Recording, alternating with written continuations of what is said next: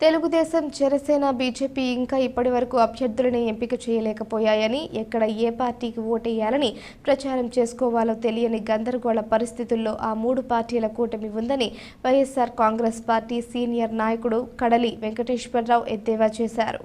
CM Jaganmohan Reddy రాష్ట్రంలో అమలు చేసిన సంక్షేమ పథకాలను చూసి ప్రజలు మళ్లీ ఎప్పుడు ఎన్నికలు జరుగుతాయా, వైసీపీకి ఓటేసి గెలిపిద్దామనే నిర్ణయంతో ఎదురు చూస్తున్నారన్నారు. రాజమండ్రి ప్రెస్ క్లబ్లో గురువారం జరిగిన విలేకరుల సమావేశంలో ఆయన మాట్లాడుతూ మార్గాని భరత్రాంను ఎదుర్కోవాలి అంటే మరొక భరత్రాం పుట్టాలని టీడీపీ నాయకుడు ఆదిరెడ్డి వాసు ఆయనకు ఏమాత్రం సరిపోలే నాయకుడు కాదన్నారు. రాజమండ్రి నగరాన్ని అన్ని విధాలుగా అభివృద్ధి చేసి ప్రజలకు ప్రభుత్వ సంక్షేమ పథకాన్ని అందజేసి ధైర్యంగా ఓటేయమని అడుగుతున్నారన్నారు. 50,000కు పైగా మెజారిటీతో ఆయన ఎమ్మెల్యేగా ఎన్నికై అసెంబ్లీకి వెళ్లడం ఖాయమని ధీమా వ్యక్తం చేశారు. 14 సంవత్సరాలు ముఖ్యమంత్రిగా పనిచేసిన నారా చంద్రబాబు నాయుడు తెలుగుదేశం పార్టీ ఏ సంక్షేమం అమలు చేసిందో ఎవరికీ తెలియదని, వైసీపీ అమలు చేసిన పథకాలను ఎవరికైనా గుక్క తిప్పుకోకుండా చెబుతారన్నారు. నగరంలో సీఎం జగన్మోహన్ రెడ్డి సహకారంతో 25,000 పట్టాలిచ్చినప్పుడే టీడీపీ చాప్టర్ క్లోజ్ అయిందని, వార్ వన్ సైడ్గా తేలిందన్నారు. వైసీపీ నాయకులు నందం స్వామి, గుత్తుల భాస్కర్, పీతా రామకృష్ణ, సోడదాసి సుందర్ సింగ్, ఉల్లూరి రాజు తదితరులు పాల్గొన్నారు.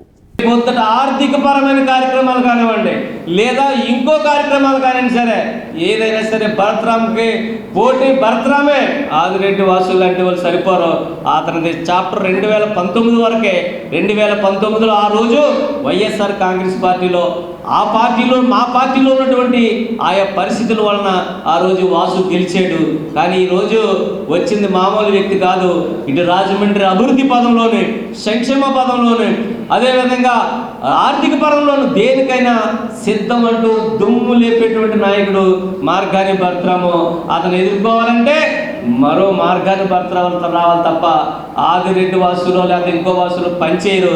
గుర్తుపెట్టుకోండి, మొన్న 40,000 పట్టాలు ఇచ్చినప్పుడే ఈరోజు తెలుగుదేశం పార్టీ క్లోజ్ అయింది. ఈరోజు వైఎస్ఆర్ కాంగ్రెస్ పార్టీ సిటీలో వారు వన్ సైడ్ నడిపిస్తుంది. ఇది ఖచ్చితంగా జరుగుతుందని మీ అందరికీ తెలియజేస్తాం.